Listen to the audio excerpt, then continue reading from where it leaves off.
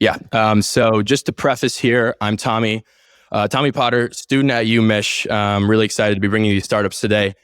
Just to illustrate the community, we're Power Hour, which is the CIA for college entrepreneurship. And what I mean by that is that you don't know like who we are. You don't know where we meet. We are this underground society of hand-picked killer founders. Wow, hold on. If you're building the impossible, we got Tommy Potter like Harry Potter, and then there's no meeting place, there's no information, there's no way in, and there's no way out of this club. It's Do I have that correct? Shoulder. It's a tap on the shoulder, just like the CIA. We let you know individually where we're going to be meeting.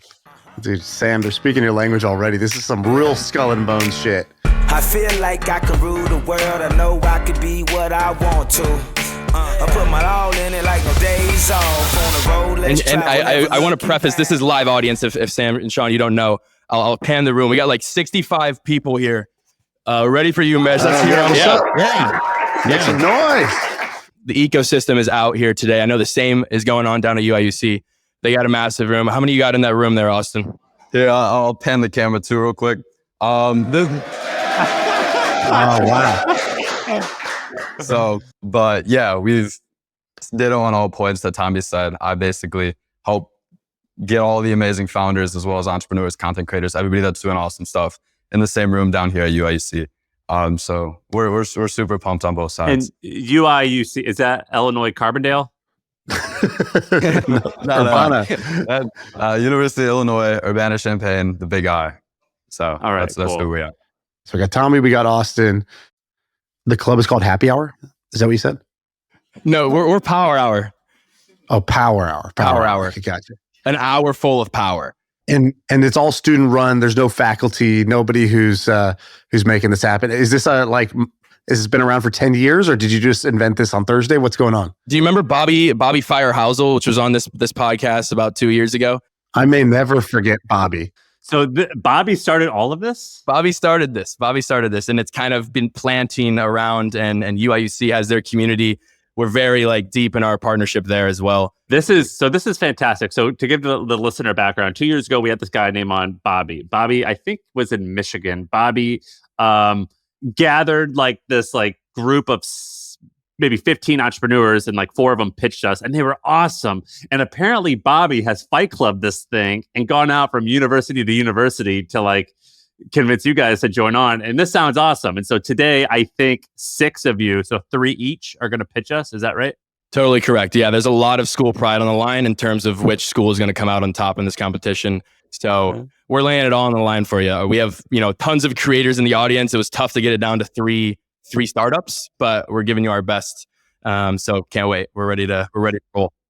So this is college Shark Tank style. 2 schools pitching from both. We're going to have a winner. We're going to maybe have a few other awards that we come up with. I invested in one of these last time, Sam, out of Michigan. So how's it going? Company already failed. So we're not gonna hold that against y'all. You win some, you lose some, and we lost that one pretty hard, pretty quick. But that's all right. All right, but let's see if you guys can beat Michigan. So the first one that we're going to hear from is Meet Your Class. And I think, is University of Michigan, are you guys doing 3 in a row? And then it's going to be, we're going to back and forth. All right. Sam, so you're back. We just need to step aside and let this kid MC this. He's got the natural riz of a host. See, I'm using college words. Is it let it bake or let them cook? Which one is it? Whatever. Yeah, we're going to let them bake.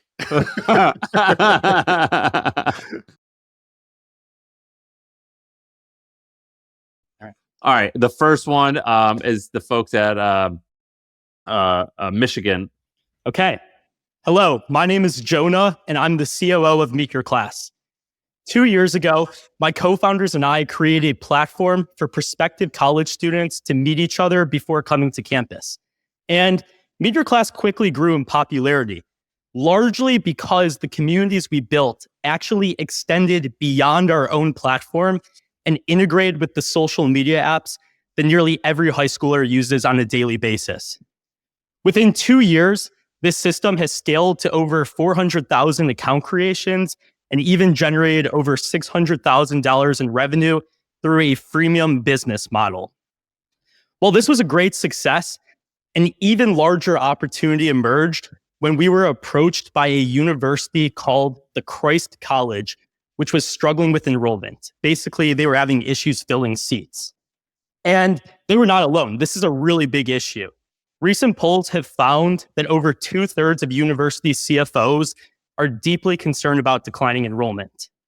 A really big factor in this that the Christ College and really the majority of universities across the country struggle with is a phenomenon known as summer melt.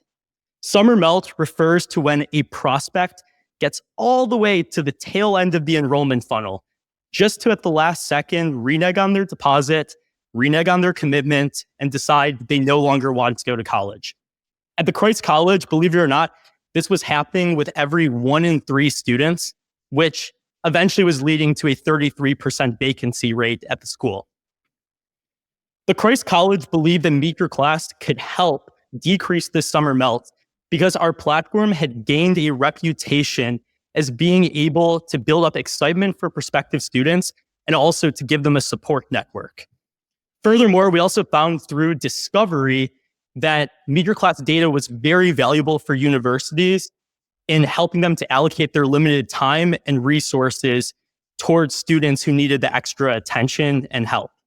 And we're very excited to say that this worked. At the Christ College, students who used Meet Your Class last year experienced a 61% reduction in summer melt, which is expected to add $1.7 million back to their top line. And we're so excited by these results because at a minimum, this summer melt issue is calculated to cost the higher education system over $11 billion per year. And it's of course going to take more than one case study to really go after this market. But luckily, we now have scaled to 8 partners for the upcoming admission cycle. And amazingly, that same B2C business that I described at the start is helping us and empowering us to create a product that's industry leading, loved by students and administrators. It also got us admitted to Techstars and has allowed us to bootstrap our way into a much larger, much more qualified team ready to take the higher ed market by storm. Wow.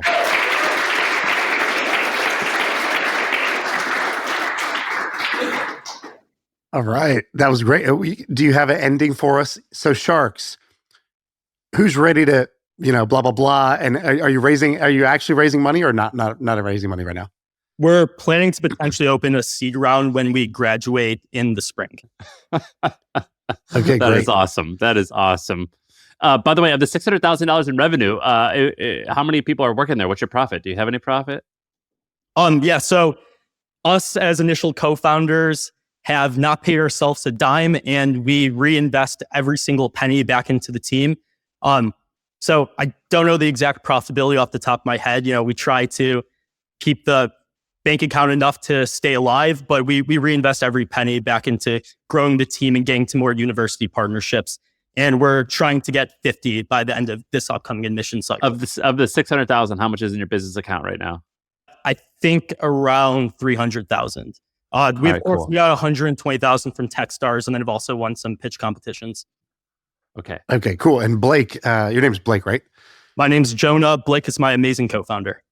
Okay, great. So Jonah, great pitch. Really cool business. At first, when you were talking about it, I thought, well, you sort of created Facebook 20 years too late. You're trying to help college kids connect. But then the story got really interesting when you started talking about how colleges are struggling to fill enrollment and they have vacancies, just like a hotel has vacancies, a college has vacancies, and that maybe your tools actually could help them decrease that. And then they would be your customer, right? You'd be charging them. Did you charge that first college? And what are you charging those other 8 colleges who you said are partners with you on this? Yeah, so our initial partners are heavily discounted relative to like the market rate for a solution like this because we're trying to get more logos, more case studies. Currently, those partners are at under $10,000, but there's a very clear path to scaling this once we have a bit more credibility under our name. You said market rate. Who else is doing something like this, and what are they doing?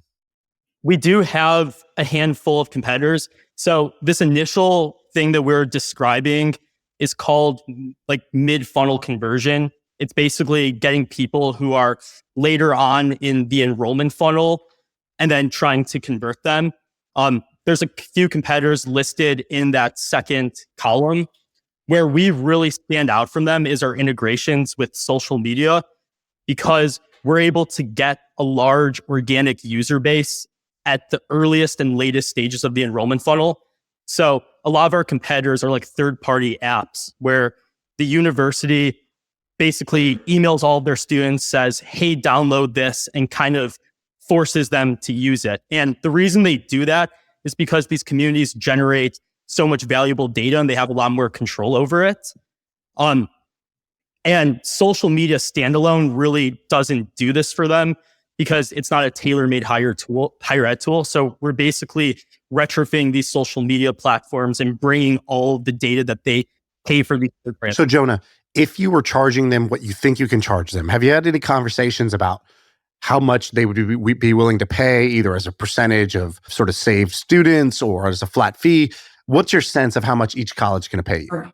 So initially, just for this mid-funnel conversion tool, we believe that it should be pretty reasonable. Of course, like colleges vary in size, but we've seen these at the lowest for the smallest schools around $20,000. And then we've seen them scale past $200,000. This is, of course, just like one small part of the enrollment funnel. There's many more issues that we believe we're primed to solve. That's just a generally like, I always want to say a commoditized rate that the university's like comfortable paying with. Is this the biggest problem or is there a bigger problem? This is one of the biggest problems. As I mentioned, for the Christ College, 1 in 3 students were melting. So when so it's just like kind of like the lowest hanging fruit to initially go after, because these are kids who arguably should be going to college. They got way to the tail end of the enrollment funnel, and then we converted more of them. But they obviously wanted to just get more butts and seats throughout the entire process. Jonah, how's this? I always ask how the story ends. Is there a vision for where you're going to be in 10 years with this? We're still trying to figure that out. We are very motivated by genuinely improving the student experience and making it so college is worthwhile. So in the long run, we want to put power back in the students' hands.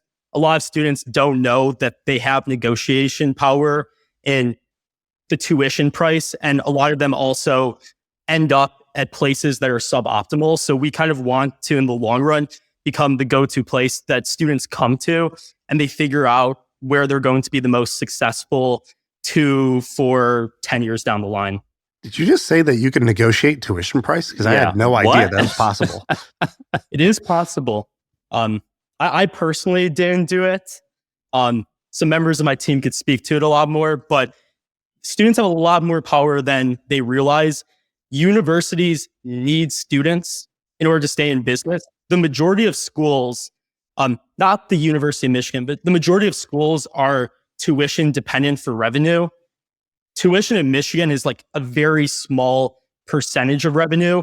So if you ask for decreased tuition here, that likely would not pan out because they're not really struggling with any financial situations. But at the end of the day, colleges need to act like a business. Otherwise, they're going to go under. I was just Googling some of these companies. Shaan, have you heard of Unibuddy? No. Did you Google any of those community apps? I had no idea this stuff existed. Some of them are actually quite large. How big? Unibuddy, I think, raised $30 million. They raised it during COVID, so there's TBD if it's legit. But it seems like it's a business that does many tens of millions in revenue. Yeah, Jonah, my quick take on this, I think you actually have a real business here. One of the biggest investments I missed on was the very first guy who ever pitched me as an angel investor. He had an idea for something called Apply Board. And what he was doing was helping international students he was helping like kind of these small colleges get more international students, because international students just didn't know their name. I had never heard of Christ College till you just said it. And he was charging about he was charging the university $2,000 to $3,000 per student that actually got admitted and enrolled there. And so he was making tons of money. So that company really took off. So I think you have a real business here. The only thing I would say, I guess, to wrap up is I don't think you should ever raise money for this. I think you should bootstrap this thing. And if you actually just stuck with this idea and you bootstrapped it, in 4 or 5 years, you would be sitting on probably $20 million, which would be a phenomenal place for you to be exiting this business. And I think the biggest risk for you is not a business risk. We raise money because we pitch investors that this could take over the world because we thought that's what we're supposed to do. We thought you have an idea, you pitch investors, you raise round 1, round 2, round 3, and suddenly we're looking at you saying, how are you going to be a $1 billion company? And the reality is this might be a phenomenal $50 million company, but no chance at a $1 billion company. So my advice to you would be don't raise, but great pitch overall. Sam, any last thoughts? I completely agree. All right, Jonah, thank you. Big round of applause.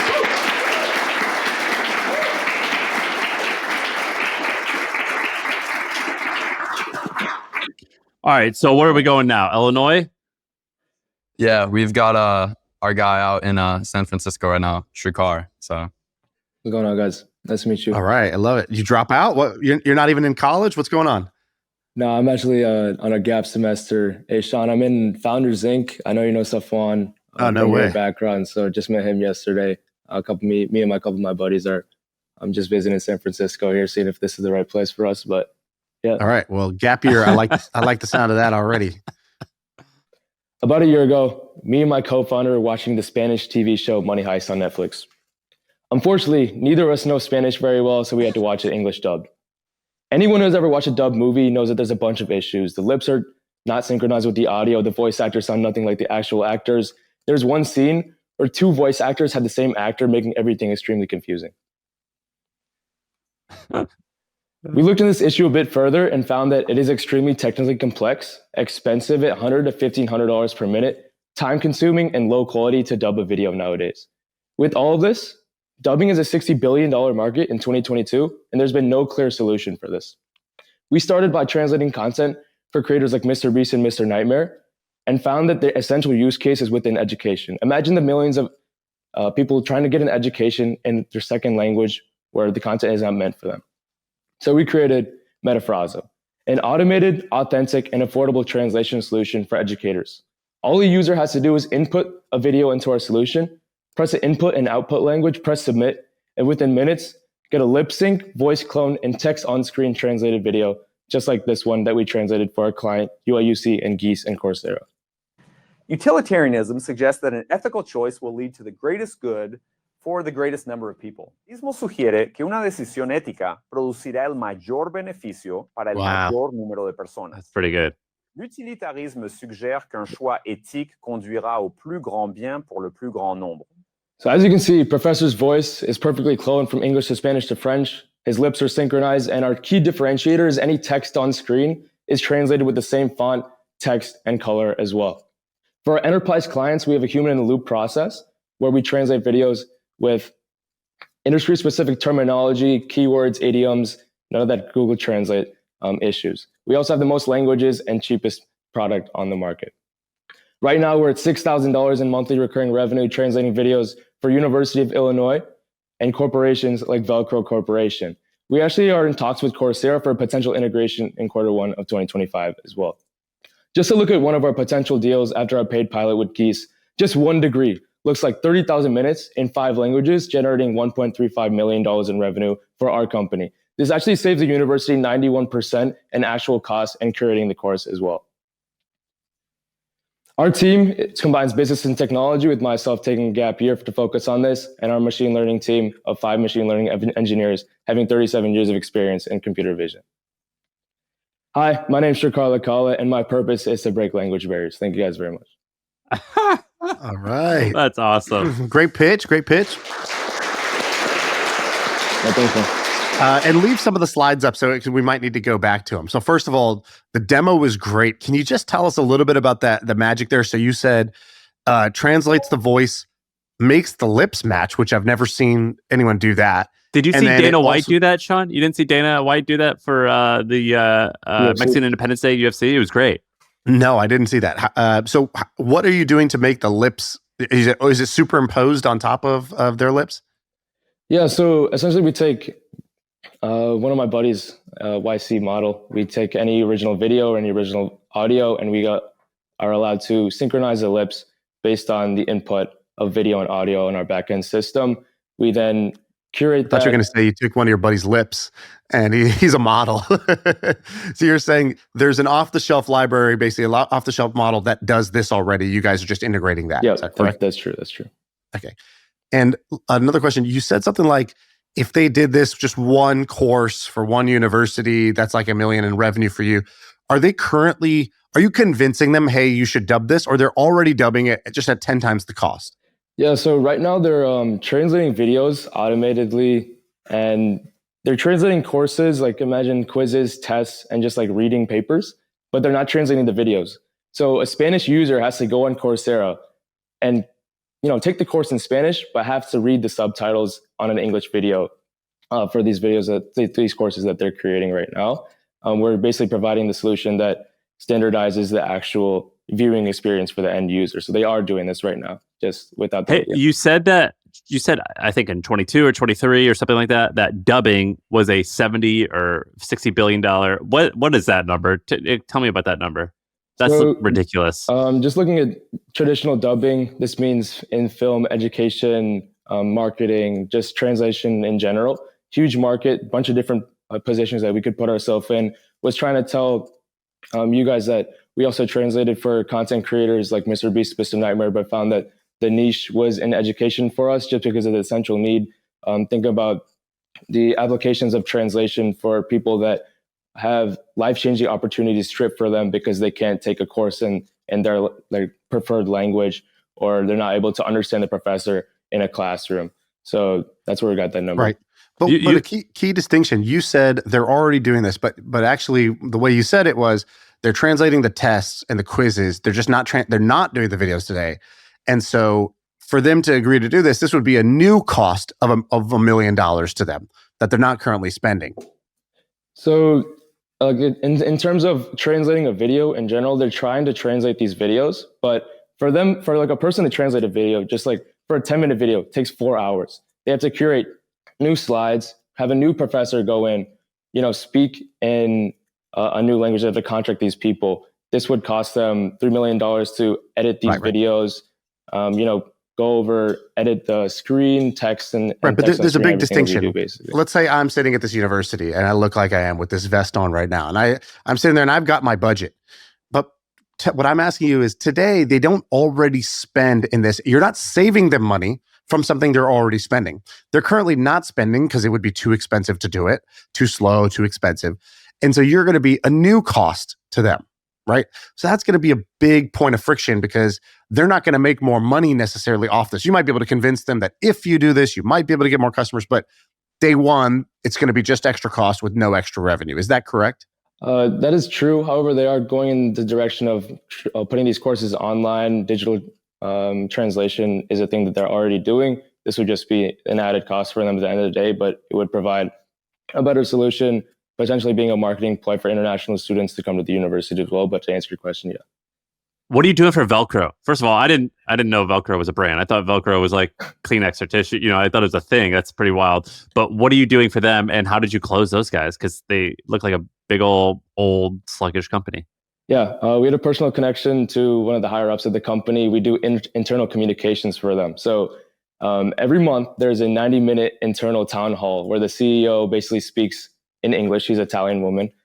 She had a bunch of issues with when she's speaking English. She lacks emotion. She kind of doesn't feel like herself. And we were able to provide them a solution where she was able to provide the company with updates in her true persona in the new language by speaking in Italian for 90 minutes into our camera. We put that into our solution. Within 3 hours, we were able to curate a translated video that she's able to send to all the plants at Velcro Corporation in 10 different languages. And we provide that solution to them today. But it sounds like you're not doubling down as much on enterprise. You want to go for this university education niche. Is that right? So we want to go into the education niche. This is universities. This can mean educational content creation. This can mean corporate trainings as well. We understand that these educational sales cycles are extremely long, which is why going to these translation agencies for educational content as well can help us kind of apply like a geometric approach to our sales cycle as well, just to speed everything up faster, having us get more traction to. And then the university brand itself creates a stance where people say, hey, University of Illinois use this. I'm an educational content creator. I trust them. I'm going to trust this company as well. Right. Well, I think you have a solid pitch and I think you have a really great product, but I think this is a product in search of a market. I think you're going to run into a lot of trouble because you're going to go to these universities and you're going to say, hey, we're great. And they're going to say, yeah, that's awesome. But they have no budget. They won't have the budget for it, or it's just going to be seen as an extra cost without a clear extra payoff or sort of ROI attached to it. And so I think that's going to hurt the sales cycle. What's already a slow sales cycle is university sales. I think it's going to get harder because you're costing them money rather than saving them money. But one thing to consider is if there's already a big market for dubbing out there and they're doing it manually, this is actually could look like a private equity play where you go buy existing dubbing services that have existing books of business, and then you just fire all the people and replace it with the AI that's going to do it better and faster and cheaper than they're currently doing. You said it costs like $100 a minute or whatever to dub with humans doing it. And so what you could do is you could go buy companies and then rip out the cost structure by replacing it with AI. And that might actually be a better way to go into this market. And again, this is something that you don't really hear a lot. You're in San Francisco now. A lot of people don't talk about this, but there is a whole other avenue of business, roll-ups and private equity where they're looking for this. They buy something at a fair price and then they slash the costs in half by using technology to make things more efficient. You could do that here. Understood. And we actually are trying to do that right now, partnering with the translation agency to understand exactly how they derive their clients, how they are going through these sales cycles with like refugees, people that are going through different educational content. The one thing about universities is that I do seeing this being globalized in systems and learning management systems like Coursera. So we just had a meeting yesterday with Coursera to essentially say that the University of Illinois pilot goes well, they're willing to give us a shot at an integration for translation for a couple of courses there. That would, allow us to dub from going like 1,000 minutes for every 2 weeks to maybe 1,000 hours for every 2 weeks. Just to show you the kind of stance that we're taking in terms of universities. We're going for the learning management systems, not the individual university. Hey, Shaan, I don't pay attention to this world too much, but how that video that we saw, how impressive was that? I mean, it's definitely impressive. And I think they're doing a couple other things that are specific, like changing the text on the screen. So I think, that makes the whole solution work because then the actual course works. So it's definitely impressive, but there's got to be 10 other companies that could do this today, or there's nothing like scientific breakthrough with what they're doing. So this is really going to be a question of who builds the best business around this new technology. The technology exists and anyone's going to be able to build a business around this. So it's really going to be about who figures out the right market, the right go-to-market strategy, the right pricing model to actually build a business out of this. What do your parents think about you taking a gap year? We got into Techstars in June, ended up declining that. My parents are South Indian. They kind of are driven by, percentages, like prestige. Was able to show them that, hey, maybe I'm like top 1% of pre-seed companies by getting this accelerator. Show them that. They let me take this gap semester, and then gonna have to show them some KPIs to keep on taking time off of school. But I'm loving it right now. I hope they listen to this. Hey, kids or parents, your kid's amazing. It's gonna turn out all right. It's gonna turn out more than all right, I think. There's a kid at F Inc. where you're at right now, that office you're at right now. There's a kid there. He's not a kid anymore. His name's Johnny Dallas. And he was in 8th grade when he started working with us, and he started in the summer, and then he started working every day after school. And then I think in 11th grade or so, it was pretty clear this guy is awesome and he should just work here full time. And we made him an offer, and his mom was freaking out. But my son's going to be a high school dropout. This is crazy. He's like, no. He's going to test out. He's going to graduate. He's going to get his GED. And what I convinced her of was he's not dropping out. He's going pro. The same way LeBron James went pro because he had incredible skills. And that reframe, I got to tell you, that was some of my best work with that mom on a bench in a park, convincing her that he's going pro, he's not dropping out, and then we got him to go full time with us. Got you, dude. Congratulations on your success. Good job, and thank you for letting us listen. And you're the man. All right, what do we have next? I'm Nathan Schatz, co-founder of Milieu, and we are creating personalized skincare that's built for your microbiome. My journey with microbiology began when I was 8. after I had a life-threatening encounter with a flesh-eating bacteria. This experience sparked a fascination with the world of microbes like bacteria and fungi. Since then, I've been driven to understand how the skin microbiome, which is the trillions of microbes living on our bodies, affects human health. Let me paint you a picture. Think of the skin microbiome as a city, a complex community of microbes, each with a unique job, just like these little guys on the screen.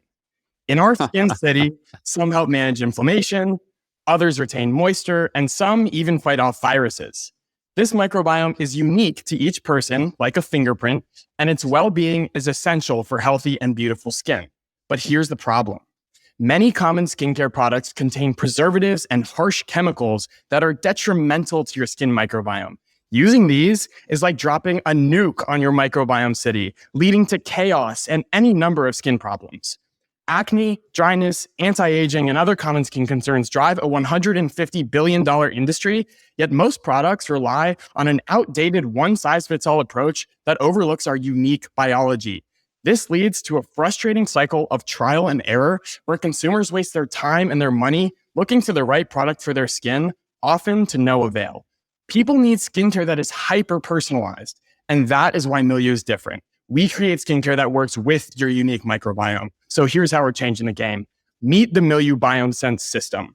This is a comprehensive solution that combines microbiome science, AI, and personalization to meet your skin's unique needs. It starts with our at-home microbiome collection kit. Simply swab your skin, mail it back to us, and complete a short survey about your skin concerns, lifestyle, and habits. In our lab 3 miles west of here, we analyze your microbiome sample. Our AI-powered algorithm then integrates this data with your survey responses to create a personalized skin insights report along with custom formulations, a serum and a cleanser designed just for you. As you use our products, Milieu adapts. Through retests and reformulations, we ensure that your skincare evolves with your skin's changing needs, restoring microbiome balance for lasting skin health. Plus, our plantable boxes and recyclable packaging reflect our commitment to sustainability. Milieu offers high-quality, personalized skincare for $59.95, which includes the test kit, analysis, and custom products. And with a $16.95 monthly subscription, you get refills and retests as needed. We are pioneering a science-driven, personalized approach to skincare, and we're currently inviting new members to join our beta program. Please visit our website to learn more and join us in making personal care truly about you. Thank you for Hey, hold on, brother. Keep that up. I'm going to try it. Go for it. All right, there you go. This is pretty cool. When I thought microbiome, Shaan, what did you immediately think? I thought it was gut. Yeah, I thought it was gut and poop. I was like, I gotta poop at a thing, and you're gonna give me a thing to help my skin? But I didn't know that skin microbiome was a thing. That's Sam, pretty baller. How's your skincare routine? Body wash that goes on my armpits also goes on my face. It's not very good, but I'm bought into the idea that it is important, and I do want to get better. So this is interesting to me. Do you have any revenue at all? No revenue. We're currently in development. We're doing beta testing. Okay, gotcha. And really smooth pitch, by the way. You are a talker. That was really well done. Okay, so let's give some thoughts on this. So, dude, by the way, his deck, Shaan, was great. Those cartoons, they told the story wonderfully. Yeah. Who made all that? You made that? The deck and the story?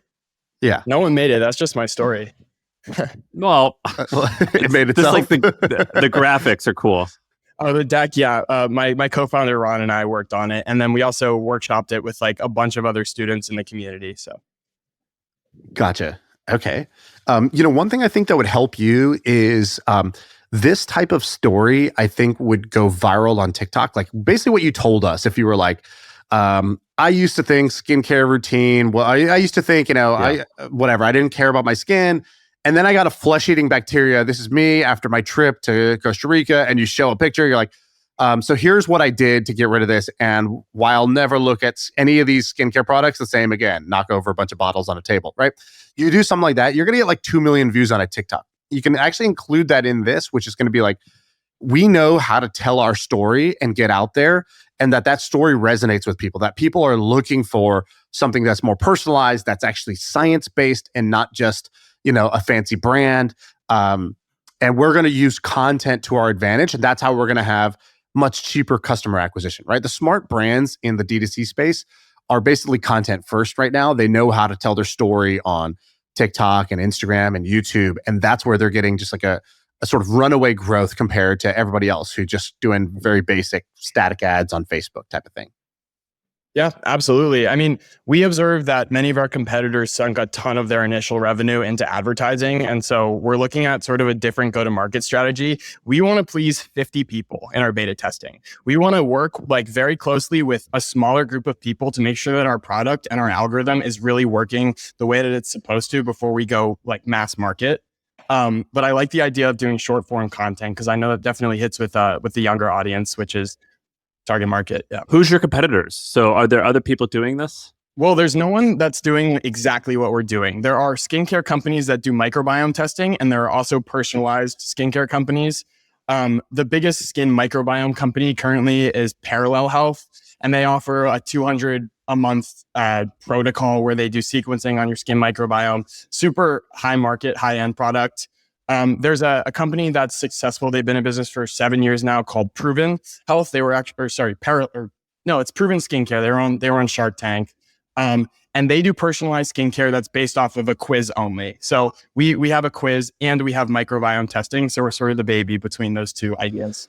A lot of times with health stuff, health stuff or skin, anything involving your body, it's very controversial because there's a bunch of people who love something typically, and then there's an equal or more amount of haters, which doesn't necessarily mean it's wrong. It's just health is very controversial. What would the haters say about this? Like, would they say like, dude, microbiome stuff, it's not actually important. If you just use these 3 things, it's going to do most of the job. You don't need to worry about this other stuff. Like, what are the haters going to say about you?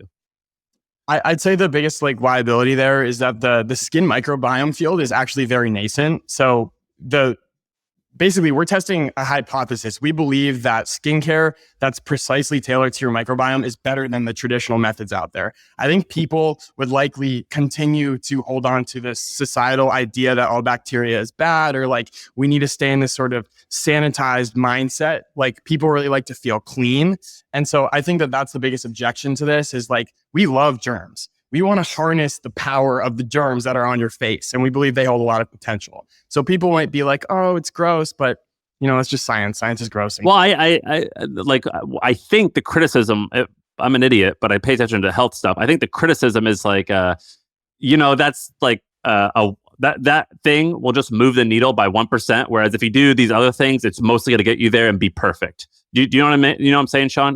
Yeah, 100%. It's like in health stuff. You can listen to Huberman for 92 hours and suddenly or Brian Johnson or whatever, and you're trying to take 42 supplements a day, but 80 to 90% of the gains are going to come from like, good sleep, drink water, eat clean whole foods. And if you just do those things and you're probably not already doing those things, that'll get you the bulk of it. The rest is really like, on the edge optimizations.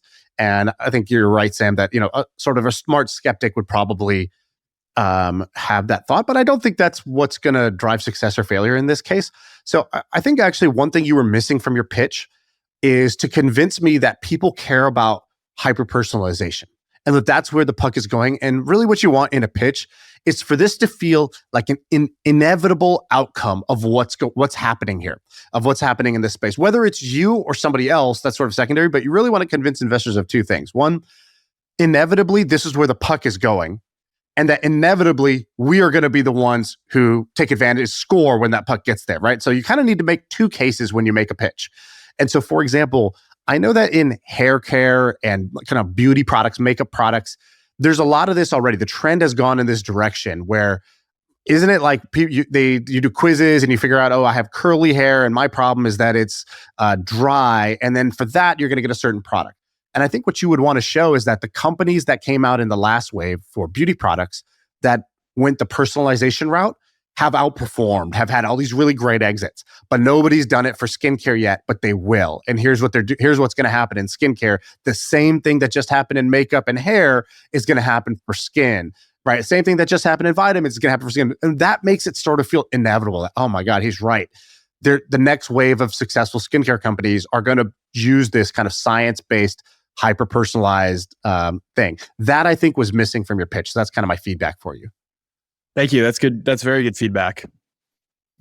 I thought you did a great job telling the story. I'm still trying to understand what I already asked that question, but like the other answers could have been like, everyone agrees that this is right, but the question that we're trying to figure out is, can we or anyone even figure this out? Like, I wanted to figure out like what does this all hinge on? Because if you're talking like on a beta, like what is this?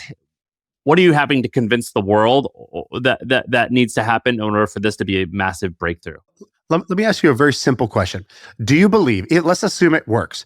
Do you believe that it's going to be a visually different result? Meaning if I just showed you two pictures, one person who's using your thing and one person who's just using off the shelf stuff. Honest question. Do you think it's going to be where I could just point and be like, yeah, that's clearly better? Because if it is, then all your marketing is going to work that way. And if it's not, then the science kind of actually in the world of supplements and vitamins and creams, let's be honest, nobody has a clue if any of this shit actually works. And so then it's all just a branding game. It's all a marketing game. It's all who can convince the consumer that if you buy this product, you'll be more beautiful and everyone will love you and things will go well for you in life, right? And so I think we're kind of, unless it's literally visual where you can see the difference and it's going to be inarguable, then it's just a question of, are you going to be a great marketer? L'Oreal, why is L'Oreal successful? It's not because we know that their product scientifically is better than anybody else's product. It's because they're better marketers. That's the reality of the situation. Yeah, we certainly recognize that.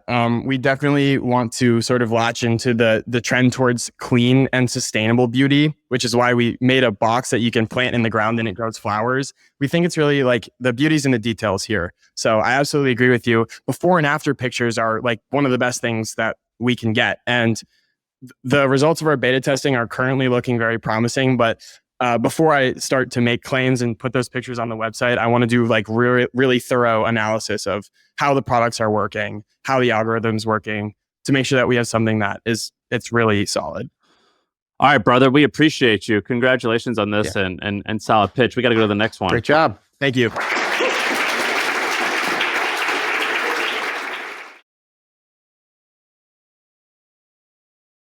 Is brother Nuts? Is that who's up next? It is, yeah.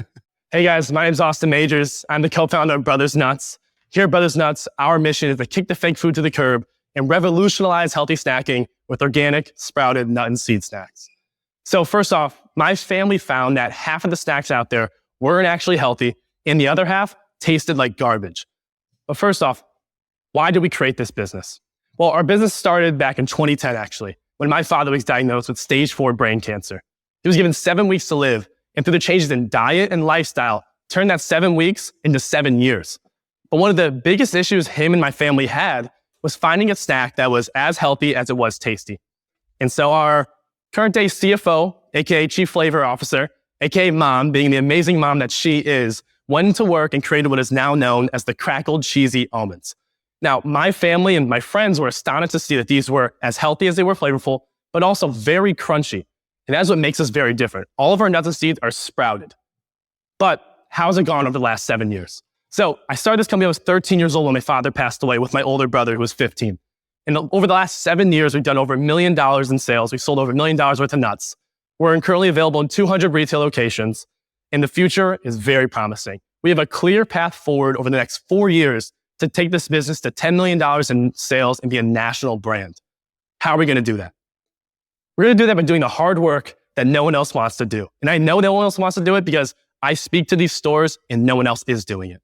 So what is that? First of all, it's expanding and making more money from our current clients. Clients like Fresh Time, Mom's Organic Market, Fresh Market. But it's also expanding distribution and getting new grocery stores like Whole Foods, Sprouts, H-E-B, key accounts.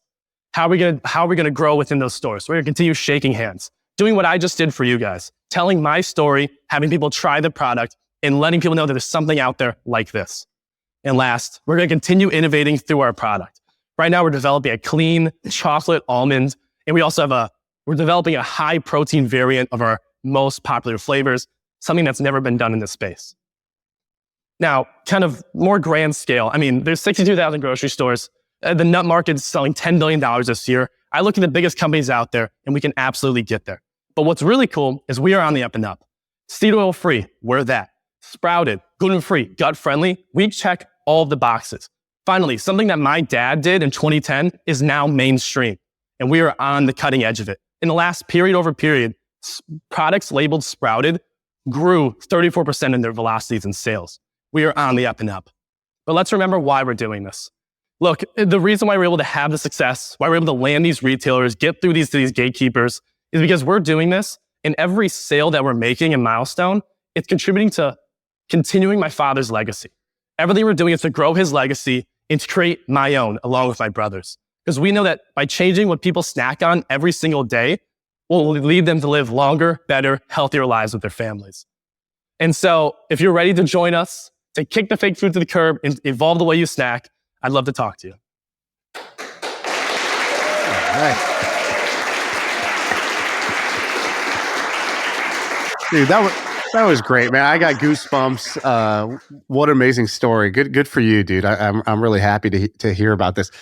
Austin, I just placed a $52 order. I'm going to try the cheesy ones, the garlic ones, and the spicy basil pumpkin seeds. So let's see what you're about. We'll throw some extra stuff in there for you.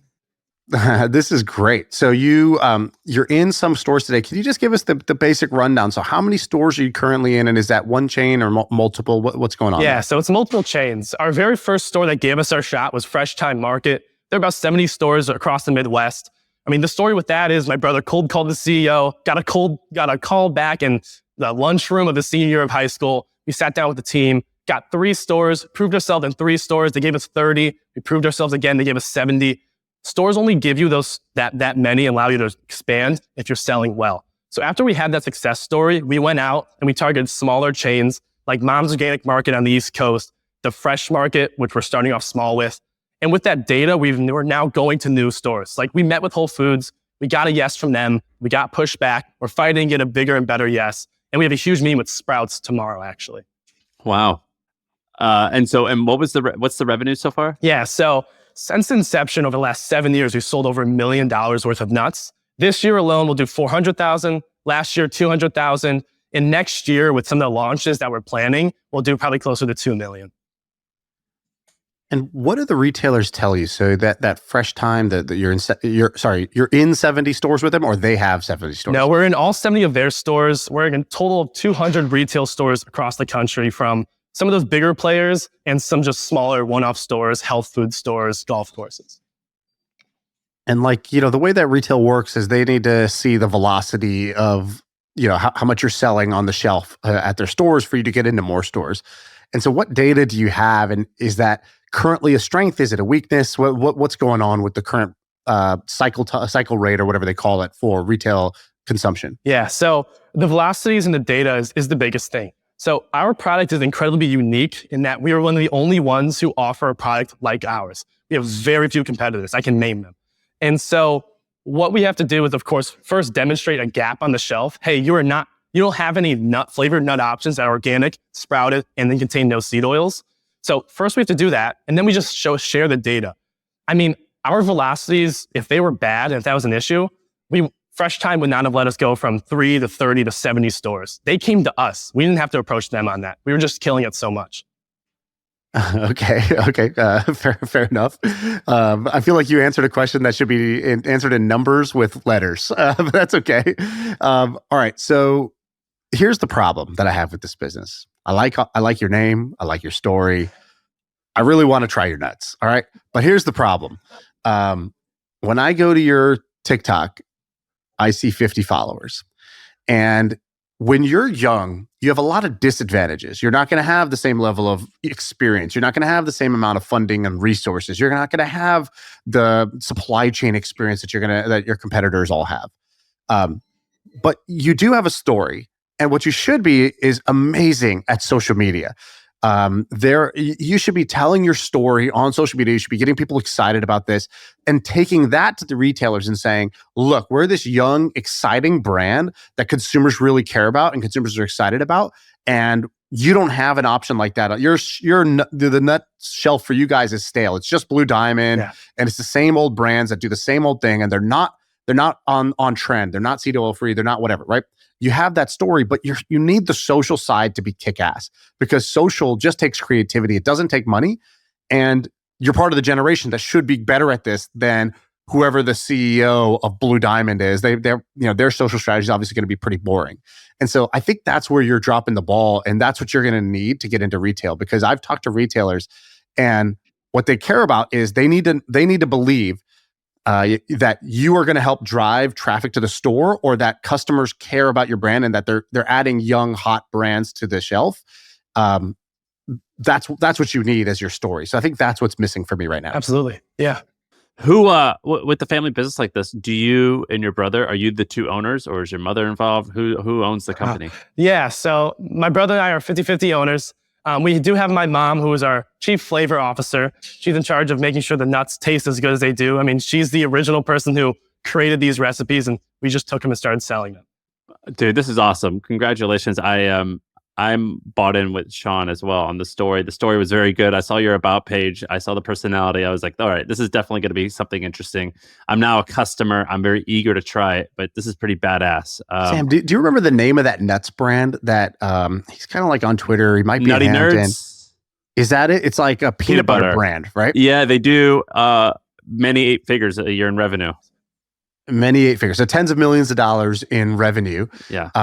Have you looked at these guys, Austin? Yeah, I'm familiar with them. And I think they just got popular on social media. And their shtick is different than yours. Theirs is like the opposite of it's like indulge versus what you're trying to do. But you do have, like, I've invested in a bunch of these like seed oil or seed oil free companies. I think TBD if it's going to be mainstream yet, but it definitely seems like it might be. But this is like super fascinating. You have a lot of tailwinds to help you out here for sure. I think you want to include that in your pitch, by the way. So, an investor doesn't really know how big a nuts brand can be. And your numbers, while, I'm not saying that they're bad, they are on the small side for like an e-commerce company, right? So if you're, we've done $1 million across 7 years. Okay, that's not huge. I think you got to paint a picture that this can actually be really big. I looked up Blue Diamonds, by the way. Blue Diamonds says about 1.8 billion a year in revenue. Correct. So I would show the nut category is huge, and you have Blue Diamond does 1.8 billion in sales a year. The next one does this. Next one does this, and we use this phrase on MFM that there's a sea of sameness. You walk down that aisle, and it's all old brands. There's not one challenger brand. And all of them have the same problem that they're lacking X, Y, Z. We have fresh packaging. We're a challenger brand. We have a better story. We're hot on social media. So I think you need that part of the story. And I would include others like Nerdy Nuts, and I would show examples of others who have come into this category and are doing very well, and how you're the next in line. Again, it's that sort of air of inevitability that you want to paint. And so when you don't have the traction that shows that your own trajectory is inevitable, you want to show the inevitability of a category, of a change. Some of the things you talked about, sprouted products are growing 34% year over year in these stores. That's kind of like, you want slides there because it feels like every category now has a sprouted product, and the sprouted products are overperforming. Guess what? Nuts doesn't have a sprouted product. We are that sprouted nut, right? And so you want to paint that picture for the investor. But really good overall. And honestly, I actually think of all the business we heard today, I think this is probably the one that could be the biggest. Yeah. But I don't think you're using your strengths. And I think if you keep going on the same path you're going, it won't be huge. But you're still young, and you have time to change. If you actually take some of the feedback and do it, I think this could actually be a lot bigger. Awesome. Thank you so much, Chad. Thank you, man. You're the best. Austin Majors, thank you very much. All right. We have the last one from University of Michigan, right? All right. Hi, Sam, Shaan, MFM fam. We are Tour, the AI-powered salesperson for property managers. Today, only 4% of apartment prospects that ever land on an apartment website actually end up taking the in-person tour. And it's no surprise that the in-person tour is the highest converting part of the apartment sales process. I mean, there's nothing like someone giving you a guided experience of something you're about to buy. But when 96% of the potential prospects that hit your digital storefront never get the chance to experience your tour, that highest converting sales moment in the apartment process, well, leads get missed. Yeah, these leads get missed, and these apartments are left with hundreds of thousands of dollars of missed opportunities and unleased vacancies that could have been filled if these prospects took a tour. That is until the apartment installs Tour.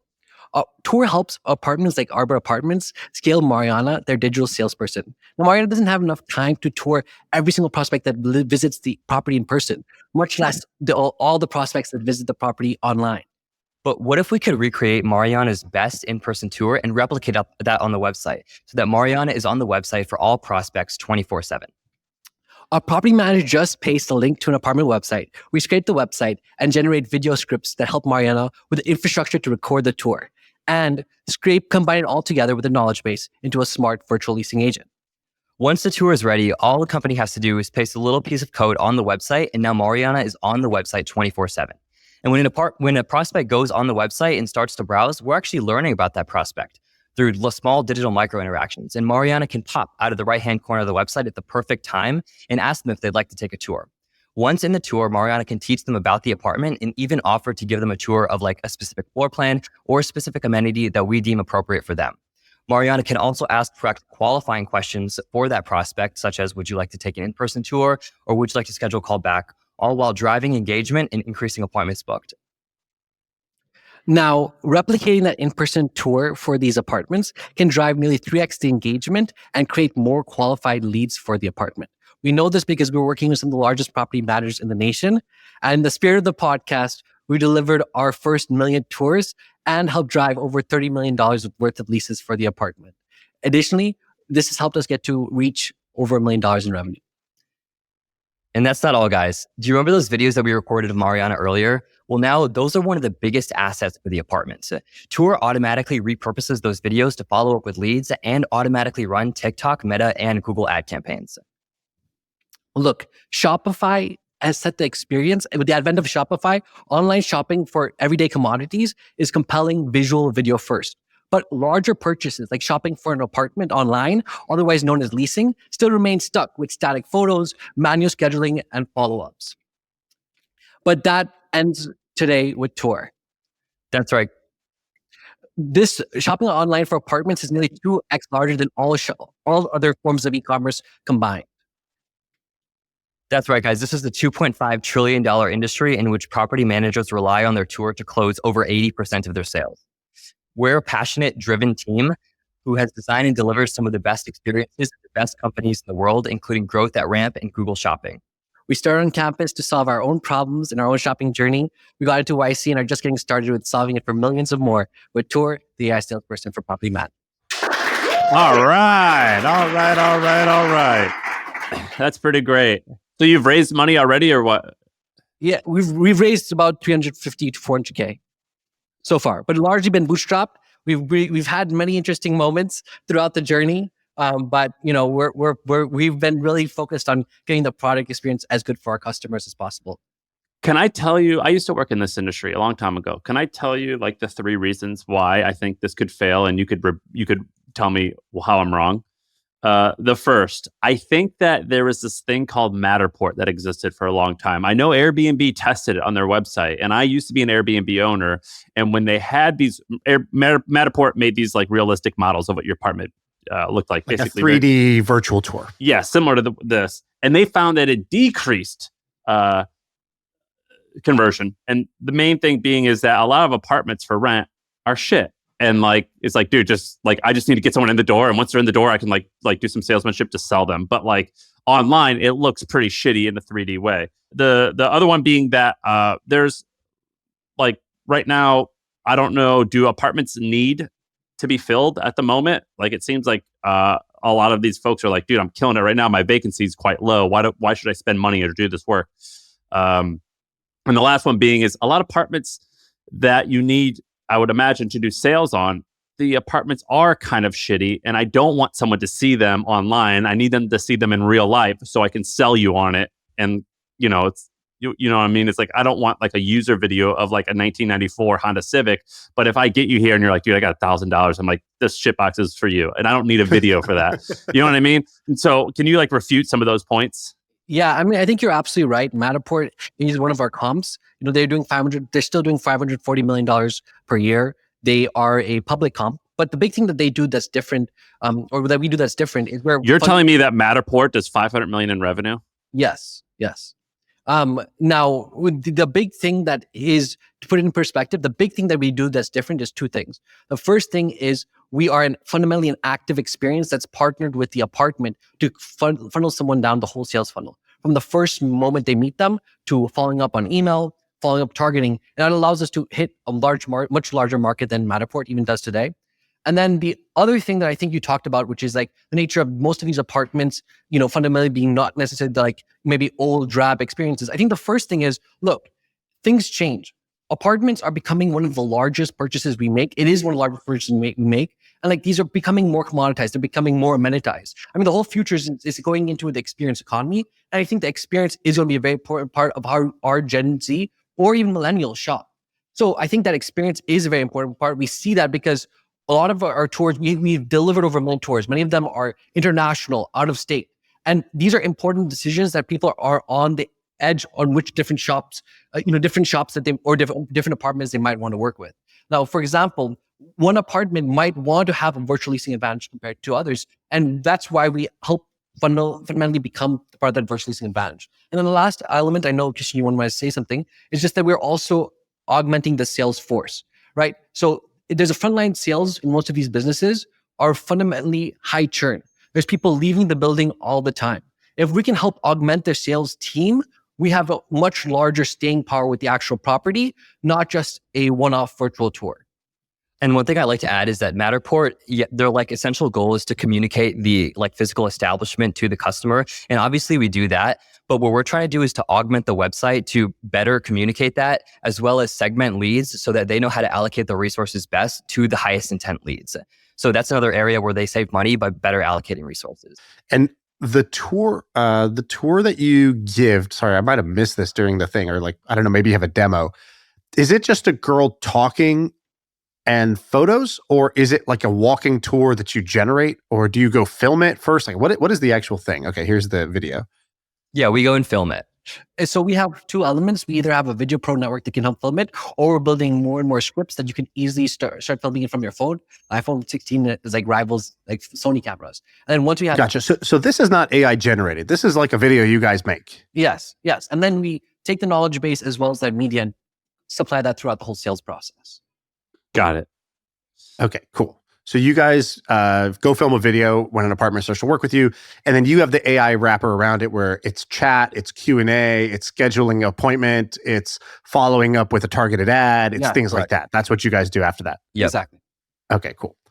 And the 450K of ARR that you have right now, that's from how many customers? That's from 130 property managers, usually around the price point of $300. Some are $250, some are paying more.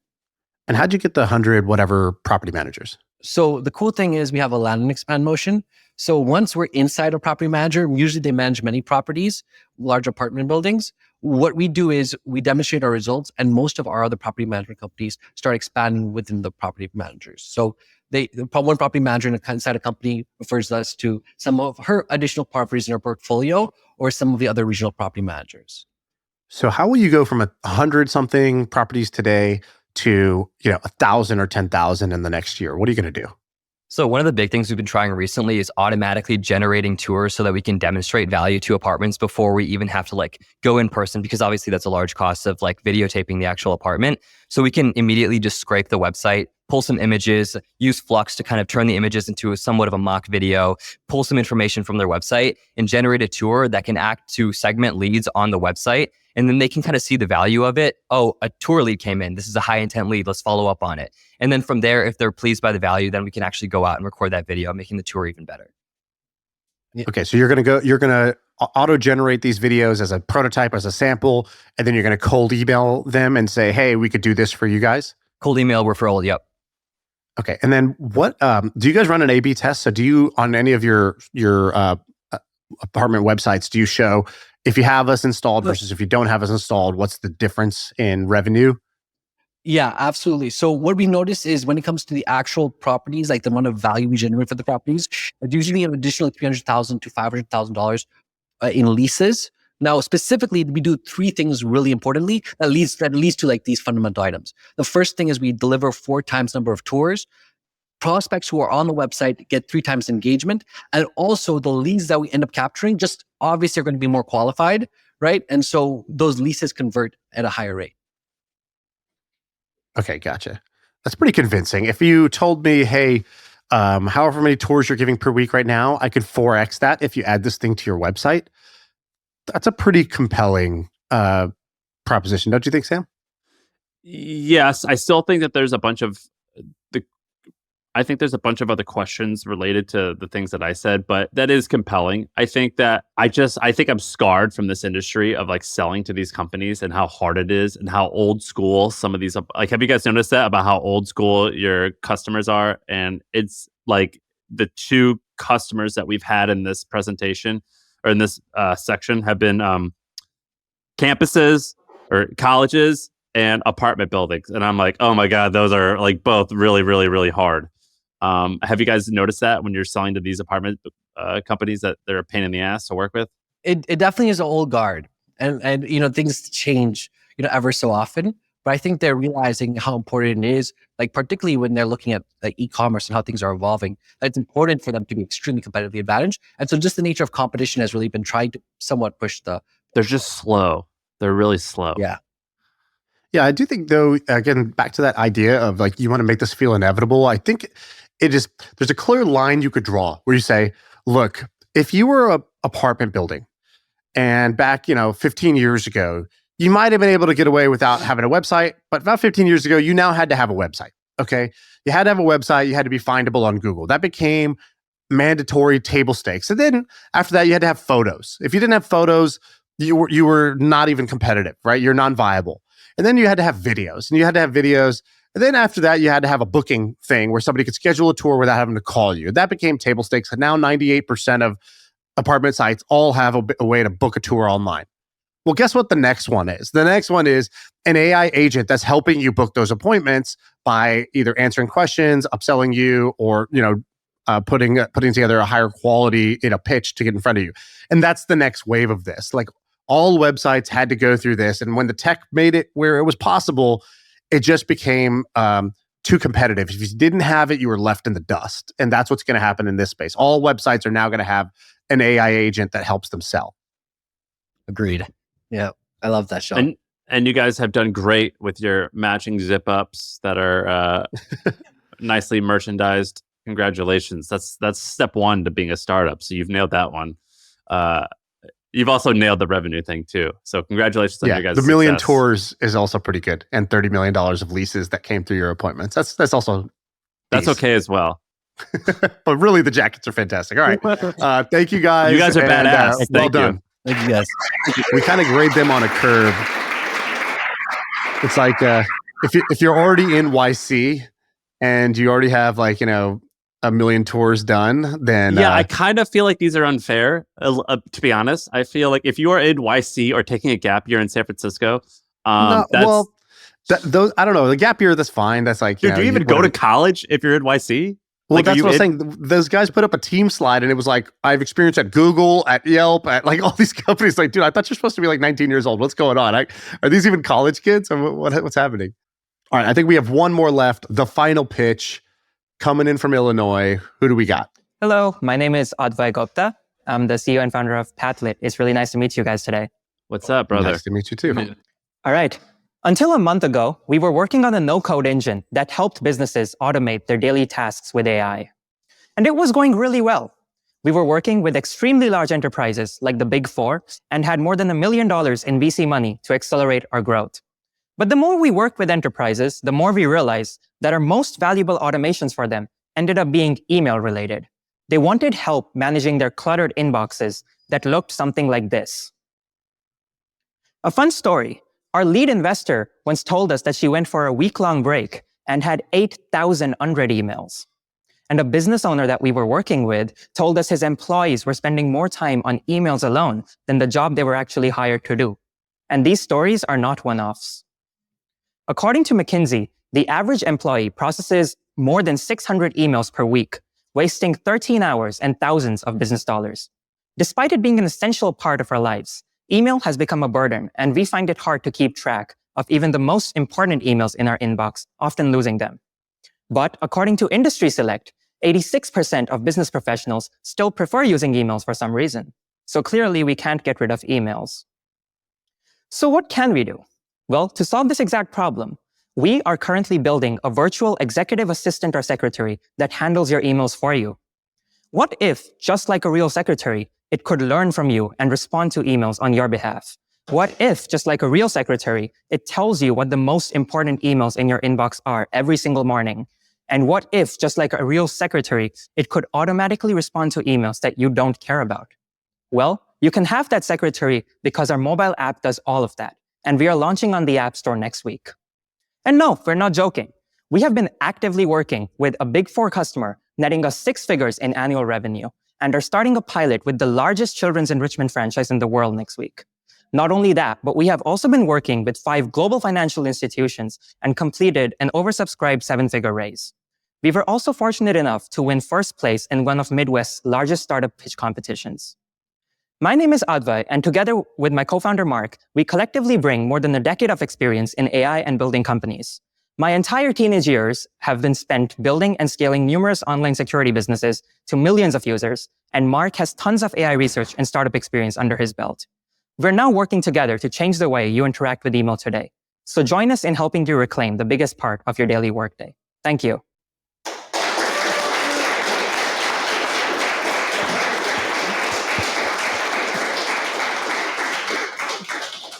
So hold on. The first 5 words of your pitch was pretty funny. You said, until last month, we were doing this thing. So let me answer some questions. But then you have a 6-figure enterprise contract and you've raised $1 million. I don't understand. Can you briefly tell me They had a product. They're pivoting. They raised money. They had a customer, but it wasn't the thing. So they're pivoting. Yeah. Is that right? Is that? Yes, for sure. So I can answer that question. All right. So essentially it's the same business. So we worked on the generative AI engine that we started just this February. So all the contracts that we have are now converting to the email client. Essentially, we were using our technology to develop email automations for all these businesses, and we had raised money on that. But now we simply changed the user interface from a workflow builder that looked kind of like Zapier, etc., to more of an assistant email client interface that we found that it works better with enterprise customers. Got it. All right. Because your website doesn't tell that story, but then if you click, you have this folder up top that says new ! Our email client, which is pretty cool. That tells that story a little bit better. Can I give a PSA about our team has decades of experience? Oh my gosh, I didn't want to get on that, but yeah. Yeah, I guess gotta say because a couple of the pitches have had that. I don't think you should do that. It seems, what you really want in a pitch is to give the vibe to the investor that, wait a minute, I think this is even bigger than what they're saying. So there's this subtle art where you're desperately trying to convince them that this is going to be big and awesome and it's going to work. But you cannot appear to be overselling it. You have to feel like you're underselling it, and then they feel like they're finding some diamond in the rough. And so, how old are you? I'm 20. You're 20, right? So to be like, we have, a combined 12 years of experience, I think that's a bit of a tell. What you would be better off saying is, I started coding when I was 8. By the time I was 12, I had already built blah, blah, blah. And when I was 14, I hacked into my school's thing and changed my grades. And now I've figured out, for the last few years, I've really been obsessed and focused with the AI. And that's a more believable and exciting story for me, is oh, this is one of those boy geniuses, right? Oh, you're one of those hacker types that started early.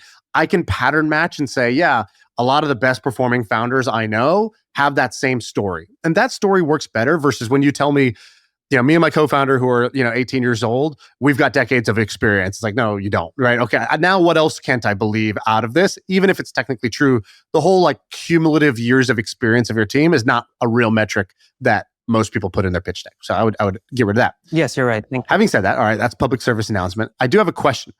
It seems like you've done a great job of selling into people that are really hard to sell into. So how did you go get an enterprise contract from a Big Four consulting company worth, over $100,000? I'm curious to hear what you did there. What's the short story? Yeah, very good question. So short story was that I was working as a consultant on campus as part of a university organization. And thanks to my opportunity there, I was able to connect to a very high-level business executive within a Big Four enterprise through my mentor, who happened to also be the director of the consulting org. So long story short, it was very network-driven. They were looking for a solution to fit certain problems that they had within an enterprise. And what I was building as a personal project happened to solve those exact problems. So once I had that, we essentially made it a company. And what did they say when you're pivoting? I mean, did you pivot because of them? They are partly the reason we pivoted, but it was also when we started engaging with more and more prospects. So our initial generative AI workflow engine was essentially, you could take AI and plug it into any legacy systems to automate any complex day-to-day task. For example, if you're a VC and you receive a lot of pitch decks every day via email, we could create an automation for you where you would automatically process those pitch decks, analyze them against your investment thesis, portfolio companies, etc., and then also send out replies saying, hey, we love this, we would love to have a meeting, or no, for the following reasons. And what you're describing, is that, sorry, I want you to finish, but is what you're describing similar to Lindy.ai? Yes, so Lindy.ai was definitely a competitor of ours in that space. But then, as I was saying earlier, the more we engaged with customers and prospects, we found that our product was explicitly being used for email automations. And a big problem with products like our previous one and Lindy AI is that the barrier to entry for a lot of non-technical users is quite high. You have to almost be a developer to actually use even these no-code tools. And that is why we decided to change the interface into a much easier to understand virtual assistant or secretary. Gotcha. I think the challenge with this business, because you seem really smart and, I think whatever you work on will be, interesting. I think the challenge here is you're going into the most competitive space. So I do feel undoubtedly that email inboxes are going to start to have AI in them, and the AI is going to help you process, categorize, summarize your emails in a way and respond, help you with the responses. The problem is, do I really believe that you are going to be able to get people off of Outlook, off of Gmail, and onto your service? Or in addition, they're also going to be doing that, right? Google's definitely going to be adding AI into this, and so is Superhuman, and so is Microsoft, right? They own OpenAI basically. And so I do think that this is going to be just an absolute bloodbath category. And so I think from an investment point of view, that would be my problem with this, which is even if I like you, and even if I agree with the idea, it's kind of that second inevitability I talked about. One is, is the puck going this way? Yes, of course it's going this way. The second is, are you going to be the team who captures that opportunity? And it just seems highly unlikely that you would be the team that captures that opportunity, given people don't want to switch email clients and that all of the email clients are already aware of this, capability and are, highly incentivized to add AI to it. How did you say how much you raised so far? You said $1 million? Yes, we have raised a little more than $1 million. Are you still in school or are you living in San Francisco? Currently, we're on a gap semester. Like, I'm on a gap semester. Everyone else on the Mark's also on a gap semester. He has one class left, but everyone else is full-time. We have 4 people. Dude, I think like that first company, Meet Your Class, it's not middle funnel things that's the issue. All these smart kids are bailing on university. That's amazing that you guys are all just like picking gaps. Well, I just told you that you're probably going to fail. Tell me why I'm wrong and I should kick rocks. Yeah, for sure. So businesses switching to our email client is definitely a very big hurdle that we were also trying to navigate. But what we found is by verticalizing in a lot of businesses with our own kind of information management secretary, a lot of businesses prefer us over their standard email clients like Gmail and Outlook. For example, currently, as I said, we're starting a pilot with the largest children's enrichment franchise. They entirely run over Gmail, but they're still willing to switch to us simply because some of the features that we provide is something Gmail and Outlook just can never do, because they have to cater to large groups of audiences and they cannot fit specific niches of certain requirements that a lot of customers have. Okay. All right. Fair enough. Sam, what else you got before we wrap up? I don't think I have much. I think that it's so early. It's hard to ask questions because I'm on your website and it looks like it's very much beta. So it's hard for me to fully understand. I think, Shaan, you were asking about replacing Gmail. According to their website, it's an integration. It's not replacing Gmail. It's hard to fully understand because you're so new. Do you agree, Is that right? Shaan? Do you just keep using Gmail and this is overlaid, or is this a new client you download and you're supposed to go here instead of gmail.com? Yes. So essentially, you just log in with your Gmail. So one way we're beating that barrier to adoption is by not saying that you need a new TLD and a new domain ID. You simply log in with your Gmail, we get all your emails, and then you start using our interface rather than Gmail's. Yeah, it's like Superhuman, right? So you Yes. keep your email address, but fundamentally, you're not supposed to. You're not supposed to go to Gmail every day. You're supposed to go to Superhuman and open up your email and use that for all your emails. Yes, that is correct. All right. Good pitch. Thank you. Best of luck. I think this is a huge idea. I think it's going to be super competitive, and if you did it, that would be amazing. This is a multi-billion-dollar win if you can actually do it. That's the good news. Yeah, thank you. All right, round of applause. Thanks, brother.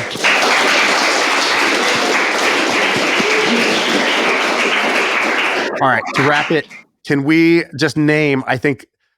Do you guys want to do the winning school that we thought brought the heat? Secondly, our favorite pitch, the best pitch, meaning the one we would be most likely to put our money into. And then I think we should maybe do a audience choice as well, which is, let the crowd react and see which one they think is best. What do you think, Sam? All right, so let's start with school. I have a winner. Let's recap real quick. Michigan did Meet Your Class, which was helping universities with the summer melt. The middle funnel, middle funnel for universities. Milieu, which is the personalized skincare microbiome stuff, and Tour, which was the AI apartment tours. And then UIUC was basically Metafrazo, which is the dubbing company, Brothers Nuts, which is the sprouted nuts company, and Pathlit, that one we just heard about, email, the AI email client. So those are the schools. Sam, what's your pick? Illinois all the way. I think that Michigan's an incredibly impressive school, but I think that I thought it was incredibly impressive that the Metafrazo guy was at Founders, or what's it called, the Incubate. Yeah. The way that this young guy who just went, the way that he had already raised a little bit of money, and was taking a gap year, and then Brothers Nuts already has a business that is doing like 400 a year in revenue. I just thought it was more impressive that a Midwestern school, their people are like going to the coast, and I think that's a really good thing. Do you agree or no? I would disagree. I would have gone Michigan. I think that traction-wise, Tour. Let's make the case here. Tour had the most traction, right? $500,000 in ARR, 1 million tours served. I think Tour, and they're in YC. I think Tour was doing the best. I think Meet Your Class has a real business. I think he stumbled into kind of actually like a cool business where 500,000 people have used this thing, and now he found a business model that might actually work. So I thought that Michigan had the better businesses overall. All right, good. We disagree. They each get a vote, but we disagree. And it's a tie. All right, so let's do our favorite business out of these. If you were going to invest your money into one of these, Sam, which one would you have invested your money into? The business that I don't want to invest in, but I wish I owned, and I think the people who own this one might get the richest, the fastest of all these businesses, is Brother Nuts. I think Austin Major at Brother Nuts. I don't think they should raise money. I don't want to invest in them, but I would love to own that company. I think it could be a family business that makes hundreds of millions or even more throughout the next handful of decades. Okay, so I like it. I would say that's my favorite business. My head tells me it's either Meet Your Class or Tour, but my heart is with Brothers Nuts. And I'm going to go with Brothers Nuts as well.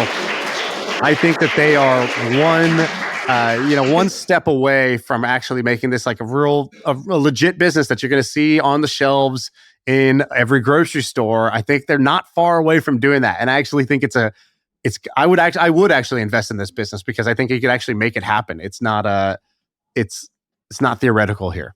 I think that most of the companies had an AI element, and I applaud that. I think that's where the puck's going.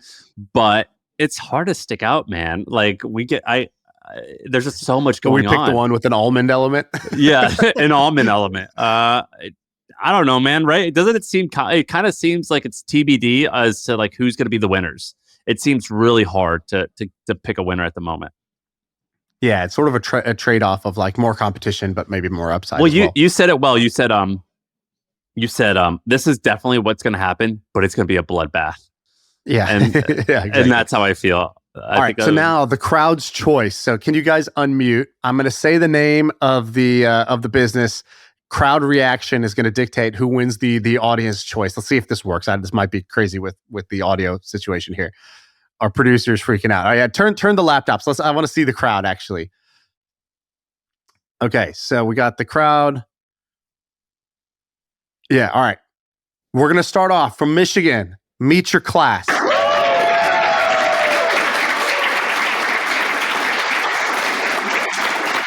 Okay.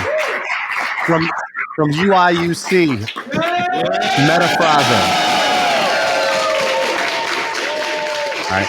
They might just be closer to the microphone. We'll give them credit for that. All right. From Michigan, we have the skin microbiome company, Milieu. Right. The MC is definitely putting his mouth next to the mic. All right.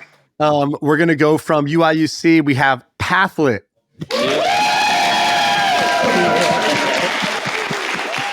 Lukewarm. I'm going to call it what it was. From Michigan, we have Tour.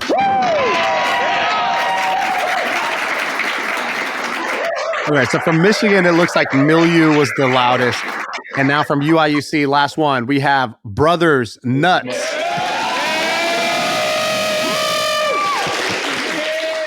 So, Shaan, I think I know who won that one. I think it was the Metafrazo. Metafrazo, I think, had it. I think they had it. Shout out Streetcar. Yeah. We miss you, bro. We miss you. All right. Okay, wonderful. Guys, great job. Everybody, this is really impressive. You guys are way ahead of where I was in college. I think, Sam, probably the same for you. You guys are ahead of the curve. I hope our feedback is helpful. Even the people we shit on, like if we ask hard questions or give you a hard time, of all the 6 people who presented the 6 companies, you're going to be in the 1% of the 1%. You already are in the 1% of the 1%. And what you're doing is badass. By being active, you're badass. And it's a sign of respect. If we are willing to keep it real with you, that's because we actually think that you can win. If we just wanted to be nice and say, "Oh, participation, I'm so happy for you," that wouldn't have been helpful to you. But it also would be actually, not a sign of respect. We respect all of you for doing this. And I just want to say, like, I would not have become an entrepreneur had I not had a class like this, where a speaker came in and just got me hyped about the idea of doing a startup. I did not know what to do. My first idea was terrible. My execution was absolutely horrendous, but it got me on that path. It just seemed like more fun. And so if you're listening to this or you're at one of these schools right now, if it seems like something that you would want to do, and it seems like the lifestyle, like, go for it. Don't let that hold you back. This could be a tipping point moment for you, just like it was for me. And it's you are currently in the phase of life where it will never get easier to do these things than where you are right now. For the next, you have like a 4-year window where it's like you have nothing really big to worry about except for this. And also, I think it's Austin and Tommy. Give these guys a shout out. You guys are the man.